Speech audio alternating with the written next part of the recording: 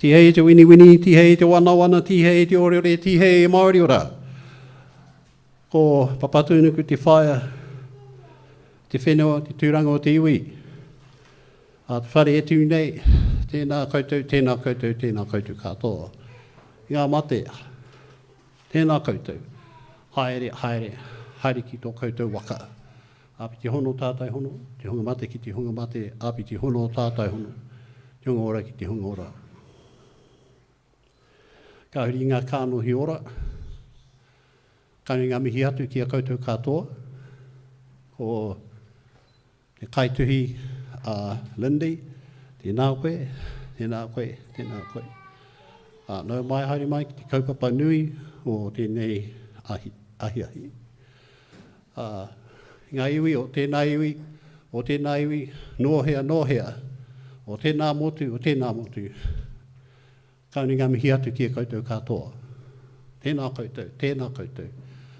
koutou katoa.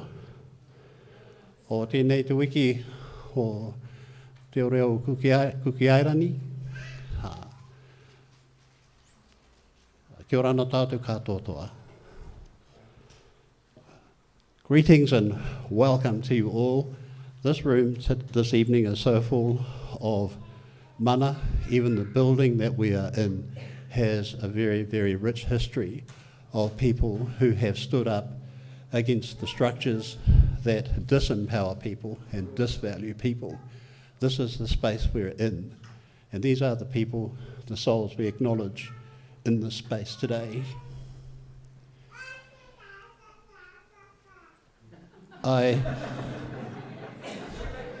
Get that guy's name. He can come and do the mihi next time. Okay, well, something that Henry VIII said to all his wives was, "I will not keep you long."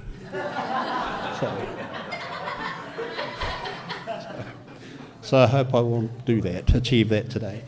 But I've been fortunate enough to purchase a copy of this book, and I'm a slow reader, so by this time next week I should be on page 2.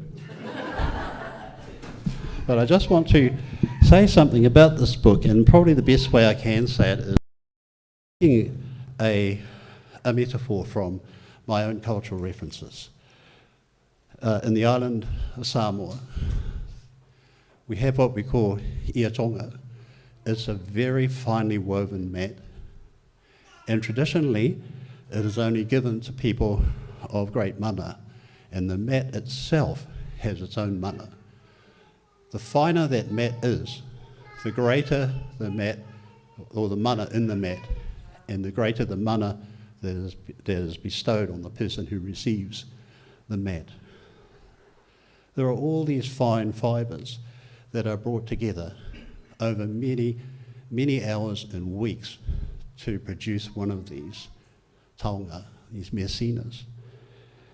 And they're just simply stunning. The finest of them are stunning. Most of them are in museums now, and some are held still by families in Samoa and in other parts of the world where Samoan communities are thriving. So I started reading this book. I still have a way to go with it. And I started reading stories, real stories about real people, real lives and real struggles. And there are many of those stories in this book. I don't think I've covered 10% of those stories yet. But they are so much like the Aotearoa. There are all these fine threads that have been woven together to produce this taonga, this Aotearoa, this wonderful, beautiful work. And it's the lives of people that are woven in here. It's the lives of people, their stories, that are woven into this great work.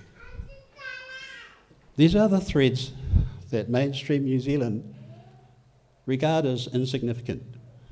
These are the threads that are not the stories, the makings of heroes. These are the stories that you will not see a blockbuster Hollywood movie made about. But it's these threads that appear to be insignificant that are gathered up in this book. And one of the things that all of these threads do is that they open up a much larger narrative, a much larger issue behind all of these stories. And that's us. That's where we are. That's what we are trying to do, is to change the next book. Weave another map where we no longer have people indentured to the conditions that lead to disvalue and worthlessness, where we are no longer having to worry about the security of the staples of life that are our human right. Maybe that is the bedrock of another book, but this is the one we celebrate, and we should celebrate. And we should celebrate with all the energy and all the power we can command, because it is a book. And it's more than a book. It is a taonga for us. My own culture, it is a mesina, a thing of great value. So, Lyndy, thank you so much for this work of blessing and this work of aroha, for all of the people who read it and those who retell the story to others. So we thank you very much for putting this wonderful itonga together for us. So that is by way of the mihi and introduction, just to set our stage for this evening. And one of the things that I'm becoming very, very familiar with in the living wage movement, that if you are found idle, you will be given work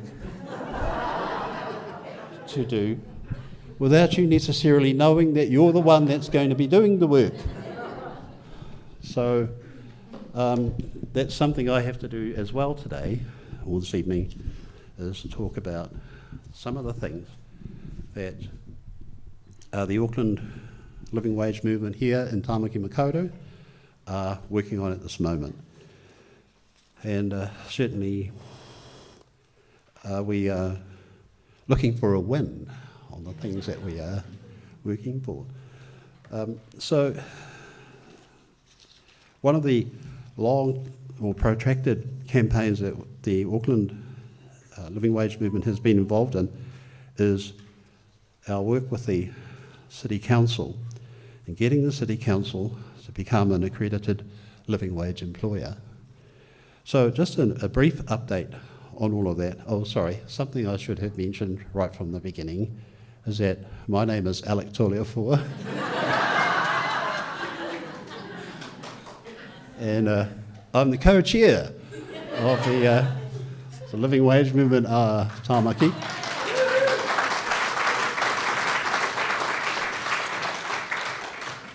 The other chair is Xavier Walsh.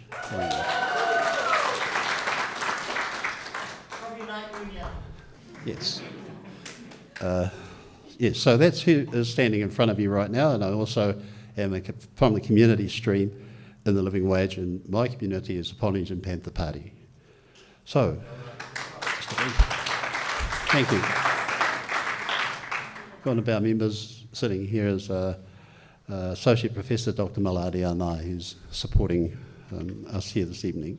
So just a brief rundown on, or catch up on what is happening with the Auckland City Council campaign. Well, it's very much alive and active, and we would not be able to have made the strides that we have without the organisation and the support of all of you here and those who are in our hearts right now. So we're grateful for that, and we want to continue to progress to a win. Also, in 2022, we got a commitment from Mayor Brown for accreditation this term, and so we are now so close to getting that accreditation.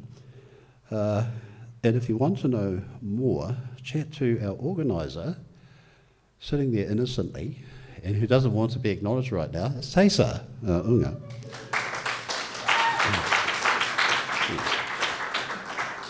So that brings me to the end of my part of this evening, and I hope and pray that the rest of this evening will be a great evening for us all.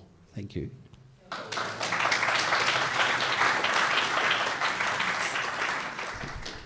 Thank you, Alec. And can we just give another round of applause for Alec and all the Polynesian Panthers and the work that they've done. The Panthers started out around here in Ponsonby, and if it wasn't for the strides that you guys have made, I wouldn't be here, and the rest of the Pacific communities wouldn't be here. And the same as this book. If Lyndy and the rest of the organisers before didn't do this work, all the workers that are not on the living wage wouldn't be here today. So thank you so much for the work you both do. So my name is Desa, organiser for the Living Wage Movement based here in Tamaki Makaurau, and I'm going to be your MCs for today. But as you guys made your way down from the top after your free drinks, your free food, it's amazing. All of that was sponsored, and I want to just acknowledge AIL Insurance for sponsoring some of that, as well as Pivotal, and also Garage Cola as well. So thank you so much for that. But right now we're going to get straight into this. And right before we get on with the interview, the best part of the night is I just wanted to do an update on the schools campaign and what Living Wage has done. Alec has already spoken about our local council campaign, and now we've also got a Schools for Living Wage campaign running, and we're hoping to launch in September. We've got 3 schools so far that is wanting to sign the pledge, and we really want to do the launch in September with 5 schools. So if any of you out there are teachers, principals, part of a board of trustees, or know any schools that would be keen to support this campaign, and this campaign is just to get our cleaners, security guards, our non-teaching staff at schools onto the living wage. And we're not targeting the schools, please know that. We want to talk to the Ministry of Education to release more funding for that. And so if you guys know any schools, please let me know after this. But that is the update. But now I want to give it up to the superstars of the living wage movement at the moment. We're going to give it up for Lyndy McIntyre and Marlon.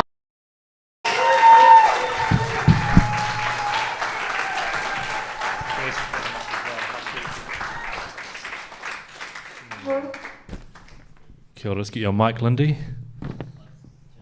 There you go. Turn it on. There you go. There you go.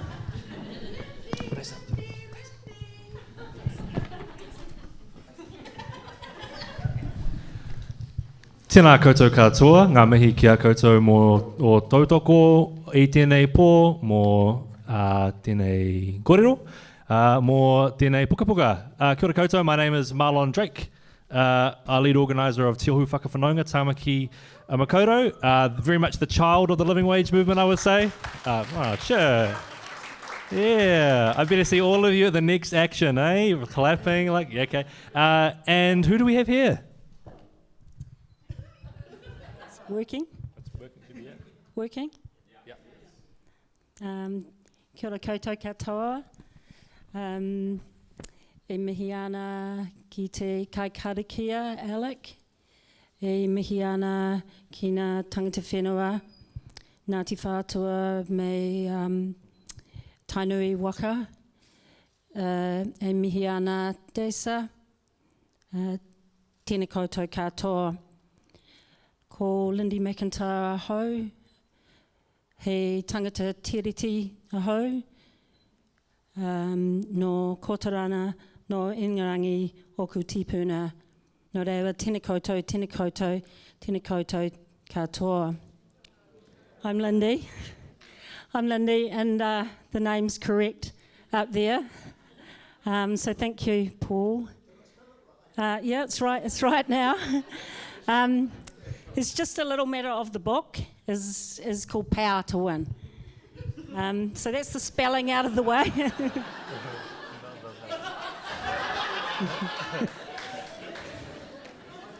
I like the slide better, so let's stick with this. I didn't ask for this. This is Marlon's idea, this interview, so I'm sitting back down.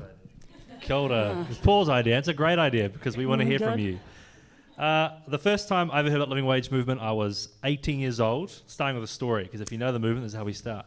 And our neighbour, Chris, came and knocked on my door and said, would you like to come to a meeting down the road in Point Share Primary School? And I said, oh, sorry, I'm about to move to Wellington, so I guess I'll just never get involved. And about 13 months later, it's February, I'm on the Student Association, I'm lumbering around the office in the summer. Rory, sitting right over there, said to me, I need to go to this living wage meeting, but I can't. Can you take it? And I said, sure. And I get physically pulled in by this woman with a leather jacket, iconic leather jacket, into this room.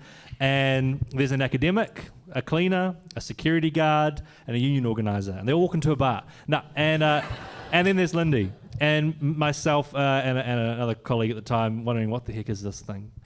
And that was my introduction to the living wage movement, as it was for probably 90% of the movement, certainly 100% of the movement in Wellington.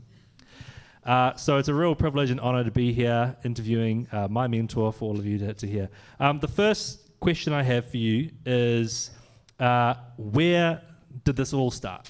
A book. You literally have now wrote the book on organising in Aotearoa. So how did this idea first come to you? Where did it all start? How did the idea for the book come? Well, it didn't really come from me, the idea. Back in 2020, I finished my role after 5 years as a community organiser, in the same role that Dace has got here in Auckland. So I was the Wellington community organiser, lucky enough to have activists to work with, like Marlon, like Rory, like Ibrahim, others maybe that are here.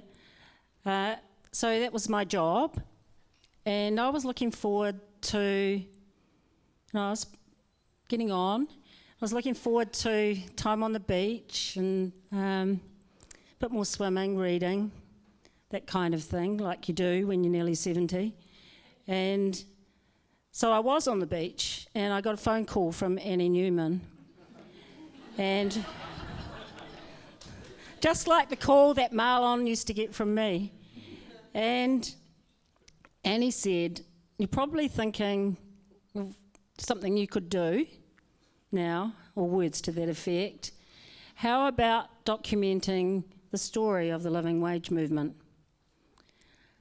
And so I, just like in 2012, when some of us in this room were there at the beginning of the start of the living wage movement, we didn't really know what we were taking on. We didn't know that 14 years later there would have been so many successful campaigns, such a big movement where so many diverse groups work well together, and such big changes in so many workers' lives.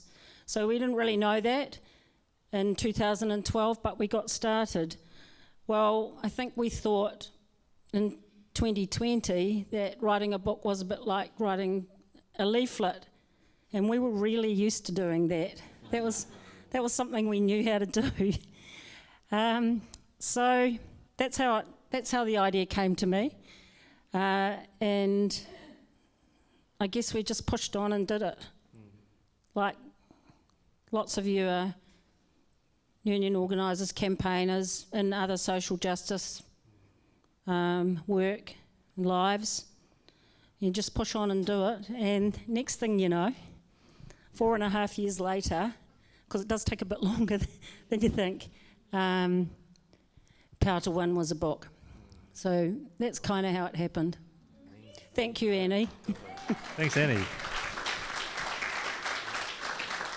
So the idea kind of came to you against your will, out over a phone call on the beach, and next thing we have a book. Wonderful. Well, kind of interesting you say about just kind of getting on doing it. Now we've got Zio Hami over here from Tiohu, Comrade Jo, who certainly helped start our stuff at Tiohu. But one of the things we got to experience was the beginning of a broad-based alliance.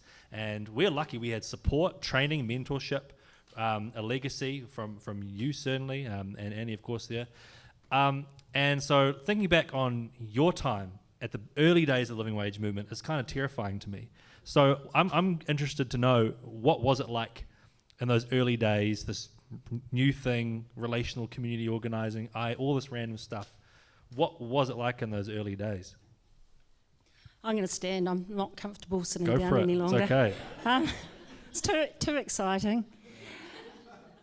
I've been around. I had 40 years in unions, 10 years in the 80s in the Printers Union as a member and delegate and activist, and then around 30 years working in a range of unions.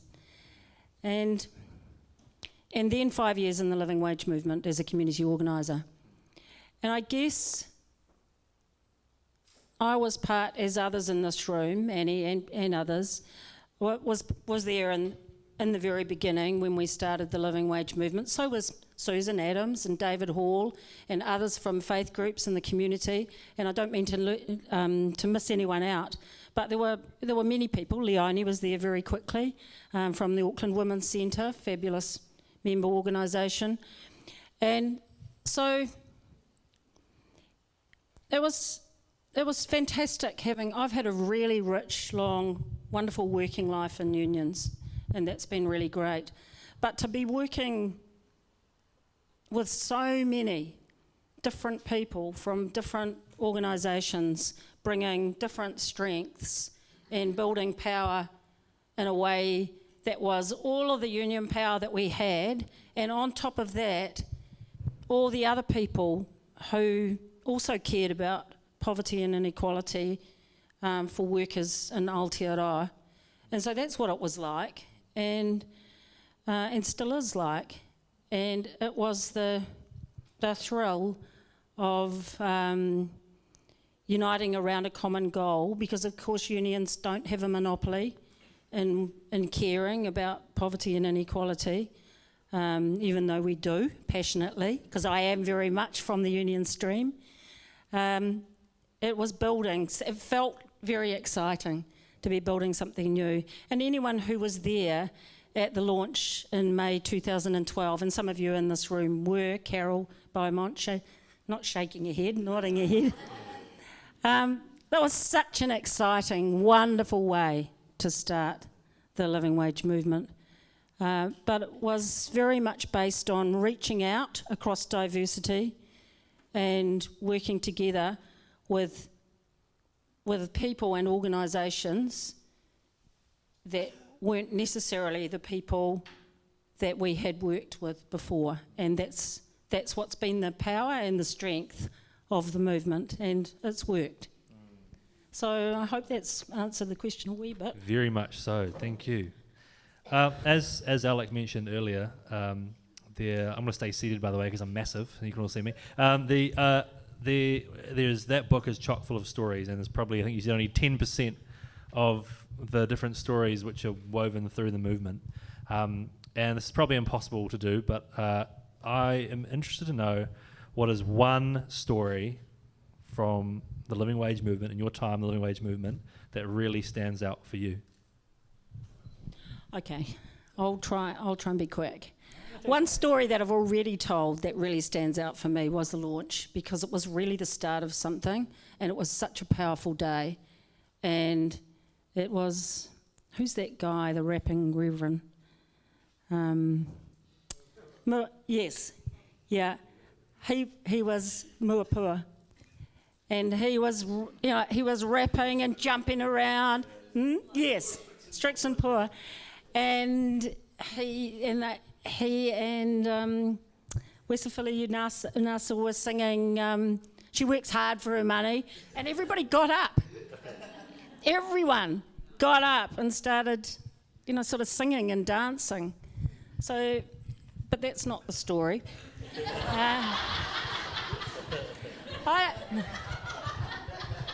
All right. Okay, that's the story. So,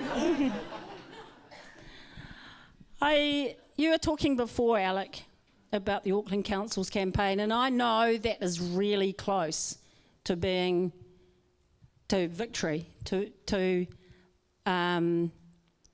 for that council to be a living wage council. I'm Wellington based, and most of my work has been down there. And the one story that really stands out for me was the Mop March. And that's the story of the Mop March is in the book. So with Wellington City Council, that was New Zealand's first fully accredited living wage council, we just tried everything. We threw everything at that campaign. We were just doing actions and turning up with delegations, and we had workers' stories like day and night. And we had the Taxpayers Union threatening legal action, and the Chamber of Commerce just like going bonkers all the time. And so everything was being sort of thrown at that campaign because it was the first council. And what the problem was, we had Peter Cranny sitting up there, standing up with a prepared speech in front of the council one night and then saying, I've got a prepared speech, but I'm going to throw it away. The most cost-effective way to employ workers is slavery. And so we had to come up with something new because the mayor says, well, you've tried everything. We're going to do this, but we want to really show that the community is on side. So we just had this harebrained scheme of having a Mop March. And sure, it was just, we do this stuff all the time. It was having a big protest or a big march. But for that march, the stars of that march were the cleaners. You know why? Because so many of them all across Wellington had been working all night. And the march started early in the morning. It was in winter, it was still dark. And there was a barbecue going, there was a smell of food and everything. And I tell this story in the book. Someone like Ibrahim here, who's been a cleaner himself, ran all around Wellington, keeping the cleaners awake, bringing them down to outside the Wesley Church in Taranaki Street where we were gathering. We had Brass Razoo Solidarity Band playing, always, John Maynard and the crew. But those cleaners were so tired, some of them went to sleep in the cafe, some slept in cars, but they stuck it out. It was so inspiring. That's how much it meant to be standing up. And in this instance, it was a march to clean up low pay in Wellington, but this was a march for other cleaners as well as them. It was a march for the Wellington City Council cleaners. They were there as well, but these were cleaners from all over town, and they had their mops, and at the front of the march there was Bishop Justin Duckworth from the Anglican Church, who were part of the living wage movement, still are in Wellington, and Helen Kelly, representing unions. So they were at the front of the march, and then right behind them there was just hordes and hordes of these cleaners banging their mops and walking through town, and then a whole pile of people from across Wellington. And when we walked down with the band, we walked through the streets that were closed like a march, and when we got to Civic Square, there was just this sense, you just knew, that's it. It's done. It's won.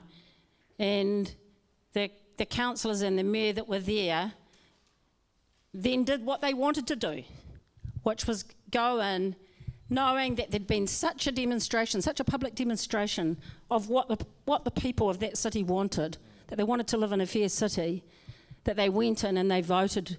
And what they were voting for wasn't just that they're directly employed workers, exactly the same as what's on the agenda at Auckland Council.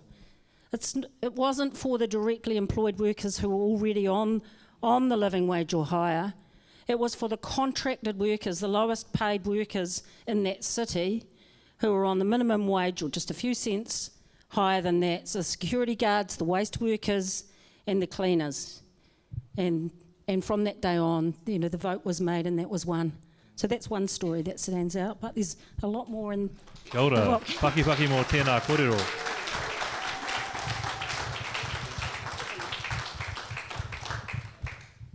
Junior organisers, that's how you tell a story. For those in our trainees and the thing.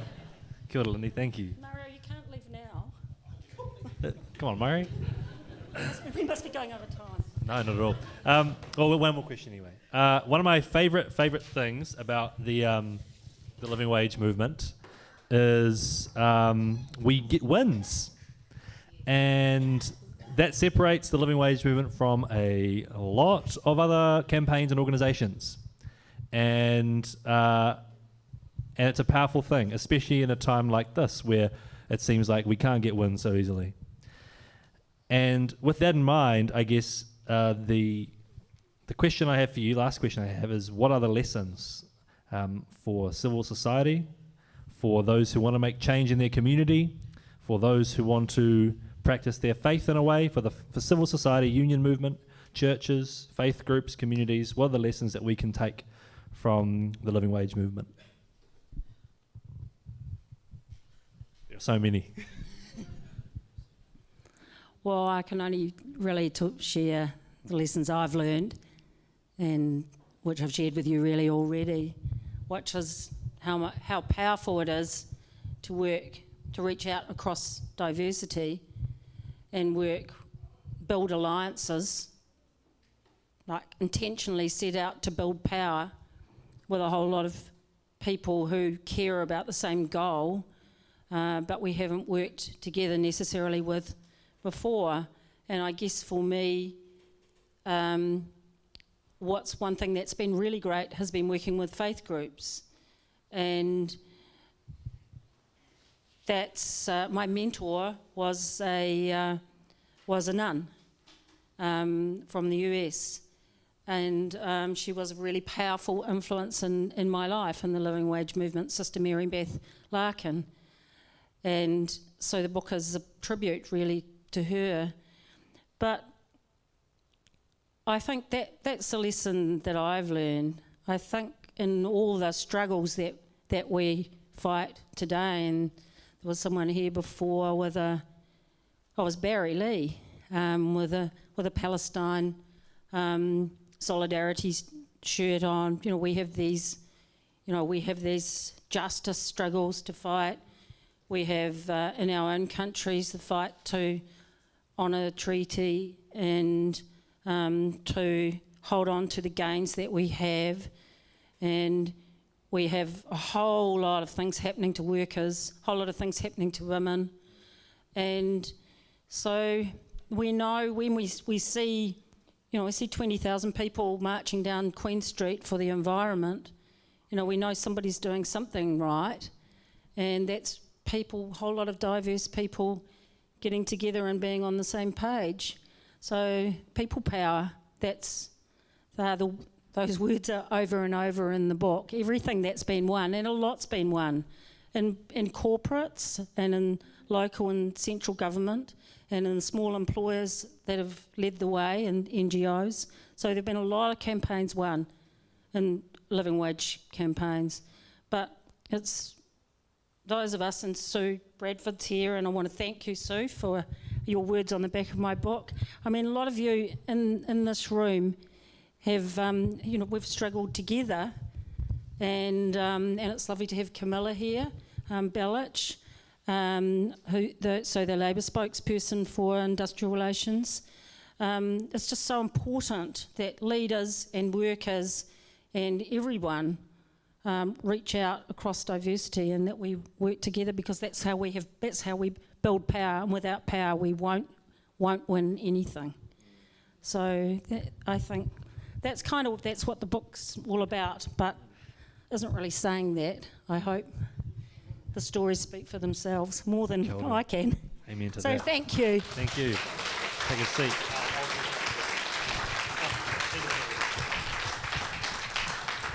Well, thank you, Lyndy. I just want to do one quick poll. Last question to the room. Put your hand up. Have you been involved in living wage movement action before in some way? Golly, would you look at that? Or you're the parents of a living wage leader. You two have. My dad and my mum, what you watched at home that one time. You should help.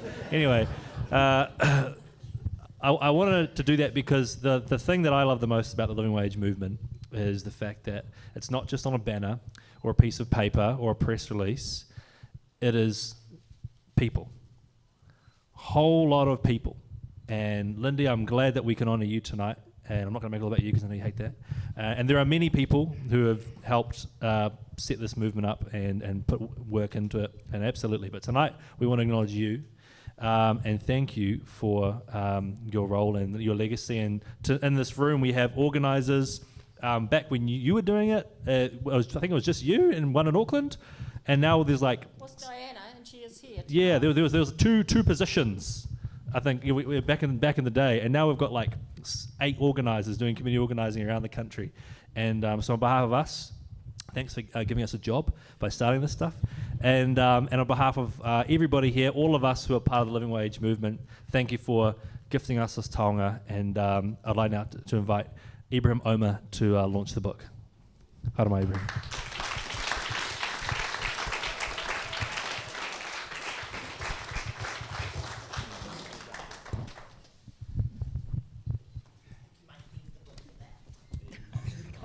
Yeah, you might need the book. I didn't think of that.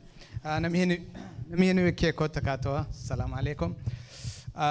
Where do I start? My name is Ibrahim Omar. I think that's the best place to start. Thank you, Deja. To many of you, because I'm from Wellington, so I've never met you. So to those of you who never met me before, I came from Eritrea as a refugee, so now I work for E2 as an organizer. I have done a whole lot of jobs, but when I met Lyndy, I was a cleaner at Victoria University doing 80, 90 hours. And that March day, Lyndy, I remember those cleaners finished work 4 o'clock, 4 a.m. Then I told them, you cannot go home, because if you go home, and you're not gonna get up, and you do not wanna miss this march, it's your march. Many of them stayed in cars. It was a winter day, and stayed until 7 a.m. in the morning, because it was important to them. So I was a cleaner. I was on minimum wage myself, and I was one of the people who actually benefited from this movement. So I met Lyndy in September 2013 at Victoria University. We had this big mayoral candidates forum. I didn't know it was going to be big. That was my first ever public event that I attended. And Lyndy was there, came to support me and another cleaner named Meta, who was also speaking with me. And she said, there is going to be 40, 50 people. When I came in, there were about 400 people in Hub. And then I literally turned around to run away, and she said, there is no way out, now you start. So the rest is history. And I was one of the victims of Lyndy, but in a good way. So we've done a lot of things with Lyndy. We've worked day in, day out with other people, of course, to the point that she became my New Zealand mom. And why is this book important to all of us? It's important because it tells the stories of real people. It is a story of our movement, stories of workers like me and you, a story of how people can win power if we work together, if we stick together in our unions and living wage movement. So I can count thousands and thousands of people that have been, their life is changed by this movement throughout the country. More than any time now, we need this movement, because you can see the atmosphere out there is quite tough. And the answer is movements like living wage. More than any time, we all should get involved with and support and empower this living wage, so those thousands of workers who need pay rises can win. So the movement is important because it has changed thousands of lives, and it continues to change as we speak today. So then don't just take my words for it. Read the book, talk to people. And this book is, the idea of this book is to educate people, for us to tell us stories. But there are a lot of ignorant people who don't know. This book could be the answer to them. So with such, it gives me an immense pleasure to declare Power to Win launched here in Tamaki Makaurau. Thank you.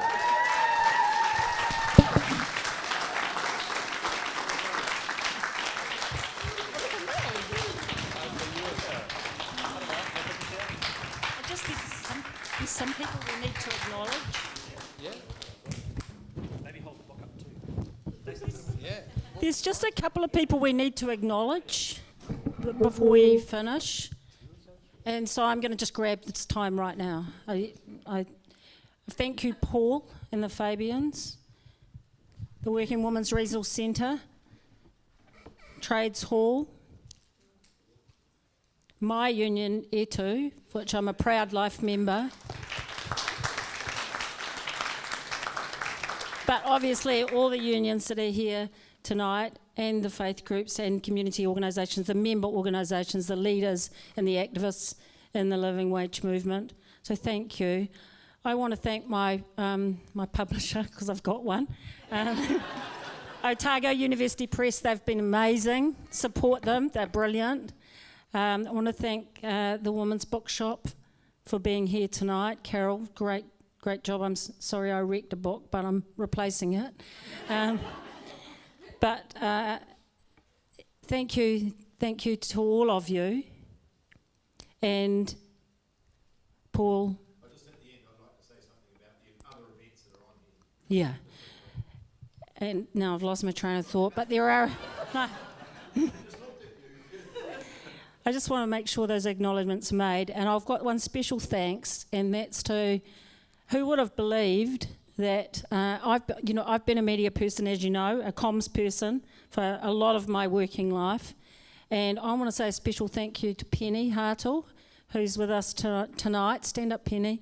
She is the publicist who's been generating the amazing publicity for my book.